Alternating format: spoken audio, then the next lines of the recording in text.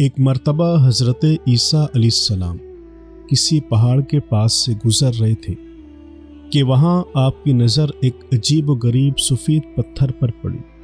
حضرت عیسیٰ علیہ السلام اسے حیرت سے دیکھنے لگے کہ عین اسی موقع پر اللہ تعالیٰ نے وحی نازل فرمائی اور ارشاد ہوا، اے عیسیٰ، کیا اس سے زیادہ عجیب تر چیز تم پر ظاہر کروں؟ عرض کیا، ہاں ضرور۔ چنانچہ وہ سفید پتھر پھٹ گیا اور اس میں سے ایک عبادت گزار بزرگ ہاتھ میں عصا لیے حاضر ہوئے۔ حضرت عیسیٰ نے اس بزرگ سے پوچھا کہ آپ اس پتھر میں کب سے عبادت میں مصروف ہیں؟ بزرگ کہنے لگے 400 برس سے۔ یہ سن کر حضرت عیسیٰ نے اللہ تعالیٰ کی مقدس بارگاہ میں عرض کی، اے اللہ، میرا یہ گمان ہے کہ اس بندے سے زیادہ عبادت گزار بندہ کوئی دوسرا نہیں۔ رب تعالیٰ نے ارشاد فرمایا، اے عیسیٰ، میرے محبوب خاتم النبیین حضرت محمد مصطفیٰ صلی اللہ علیہ وسلم کے امتی کا شعبان شب برات کی 15ویں شب میں 2 رکعت نماز پڑھ لینا اس کی 400 برس کی عبادت سے افضل ہے۔ دوستوں، اس واقعے سے شعبان المعظم کی 15ویں شب کی عظمت کا اندازہ لگانا غالباً مشکل نہیں۔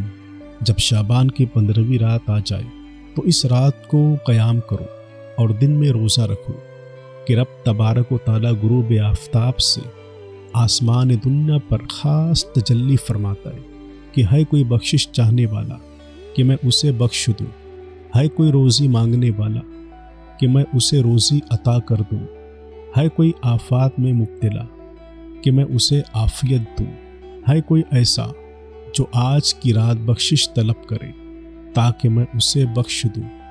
حتیٰ کہ یہ منادی اعلان طلوع فجر تک جاری رہتی ہے۔ 15ویں شعبان کی شب کو مردوں کے لیے قبرستان میں جا کر دعا و استغفار کرنا مستحب ہے، اور حدیث سے ثابت ہے اگر کچھ صدقہ خیرات یا کھانا وغیرہ بھی پکا کر بخش دیا جائے تو کوئی مذائقہ نہیں۔ اس شب میں بیدار رہ کر عبادت کرنا خواہ مخلوط میں یا جلوت میں افضل ہے۔ 15ویں شعبان کو روزہ رکھنا مستحب ہے اور اس کی بہت فضیلت ہے۔ دوستوں، شب برات بہت اہم رات ہے۔ ہمیں کسی طور پر بھی اس رات سے غفلت نہیں برتنا چاہیے۔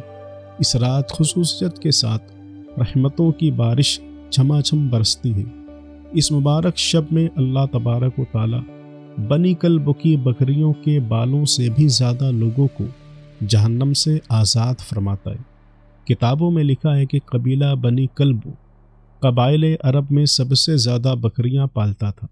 کچھ بدنصیب ایسے بھی ہیں جن پر اس شب یعنی چھٹکارا پانے کی رات بھی نہ بخشے جانے کی وعید ہے۔ حضرت سیدنا امام بہقی شافعی علیہ رحمہ فضائل الاوقات میں نقل کرتے ہیں، رسول اکرم صلی اللہ علیہ وسلم کا فرمان عبرت نشان ہے، 6 آدمیوں کی اس رات بھی بخشش نہیں ہوگی، جن میں شراب کا عادی، ماں باپ کا نافرمان، زنا کا عادی، قطع تعلق کرنے والا، تصویر بنانے والا اور چغل خوری کرنے والا، اسی طرح کاہن، جادوگر، تکبر کے ساتھ پاجامہ یا تابن ٹخنوں کے نیچے لٹکانے والے اور کسی مسلمان سے بغض و کینہ رکھنے والے پر بھی اس رات مغفرت کی سعادت سے محرومی کی وعید ہے۔ چنانچہ تمام مسلمانوں کو چاہیے کہ متذکرہ گناہوں میں سے اگر معاذ اللہ کسی گناہ میں ملوث ہو تو بالخصوص اس گناہ سے اور بالعموم ہر گناہ سے شب برات کے آنے سے پہلے بلکہ آج اور ابھی سچی توبہ کر لیں، اور اگر بندوں کی حق تلفیاں کی ہیں تو توبہ کے ساتھ ساتھ ان کی معافی تلافی کی کوشش فرما لیں۔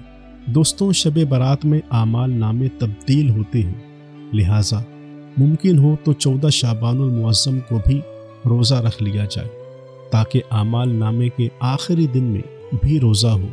14 شعبان کو بعد نماز عصر باجماعت پڑھ کر نفلی اعتکاف کر لیا جائے اور نماز مغرب کے انتظار کی نیت سے مسجد ہی میں ٹھہرا جائے تاکہ اعمال نامہ تبدیل ہونے کے آخری لمحات میں مسجد کی حاضری، اعتکاف اور انتظار نماز وغیرہ کا ثواب لکھا جائے، بلکہ ذہن نصیب ساری رات عبادت میں گزاری جائے۔ اس رات کی دوسری فضیلت یہ ہے کہ اللہ تبارک و تعالیٰ اس رات کو بڑے اہم فیصلے فرماتا ہے۔ وہ اہم فیصلے اس طرح سے فرماتا ہے کہ جو کچھ اس دنیا کے اندر ہونا تھا اور ہر انسان کے ساتھ ہونا تھا، اللہ پاک نے وہ سب انسانوں کو پیدا کرنے سے پہلے، بلکہ اس دنیا کو پیدا کرنے سے 50,000 سال پہلے لوح محفوظ میں لکھ دیا تھا کہ دنیا بنے گی، اس میں اتنے انسان ہوں گے اور اتنا عرصہ دنیا میں رہیں گے، فلاں دن فلاں وقت فلاں کام کریں گے۔ اللہ پاک نے ان سب کو پوری تفصیل اور پوری کیفیت لوح محفوظ میں تحریر فرما دی۔ اسے شریعت کی اصطلاح میں تقدیر بھی کہتے ہیں۔ اس رات میں اللہ تبارک و تعالیٰ نے ایک بہت بڑی رحمت رکھی ہے کہ اس رات میں دعائیں قبول ہوتی ہے۔ یوں تو اللہ تعالیٰ ہر رات کے تہائی حصے میں اپنے بندوں کی طرف خصوصی توجہ فرماتا ہے۔ اس وقت جو بندہ اللہ تعالیٰ کی بارگاہ میں حاضر ہو کر عرض و مناجات کرتا ہے اور دعائیں مانگتا ہے، اللہ تبارک و تعالیٰ اس کی مناجات اور دعائیں قبول فرماتا ہے۔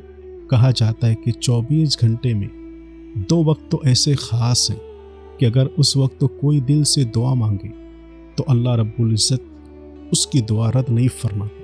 ایک رات کے آخری حصے کی دعا اور ایک فرض نمازوں کے بعد کی جانے والی دعا، یعنی جب امام سلام پھیر دے، اس وقت اگر کوئی دعا مانگتا ہے تو وہ ضرور قبول ہوتی ہے۔ اس طرح کے تہائی حصے میں جو دعا کی جاتی ہے وہ بھی اللہ کے ہاں قبول ہوتی ہے، رد نہیں ہوتی۔ دوستوں، شب برات کا مطلب ہے نجات اور چھٹکارے کی رات۔ چونکہ اس رات میں اللہ کی رحمت سے لاتعداد انسان دوزخ سے نجات اور چھٹکارا حاصل کرتے ہیں، اس لیے اس رات کو شب برات کہا جاتا ہے۔ شب قدر کے بعد یہ رات تمام راتوں سے زیادہ بابرکت رات ہے۔